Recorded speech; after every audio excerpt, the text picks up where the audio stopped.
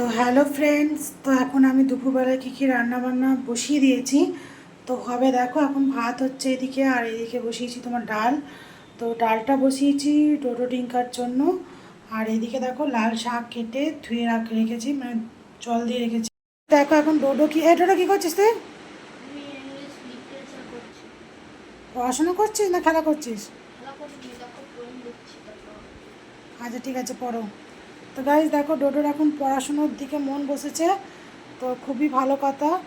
তো ডোডো খুব সুন্দর করে দেখো হ্যান্ড রাইটিং করছে, তোমাদেরকে দেখায় ডোডোর হ্যান্ড রাইটিং।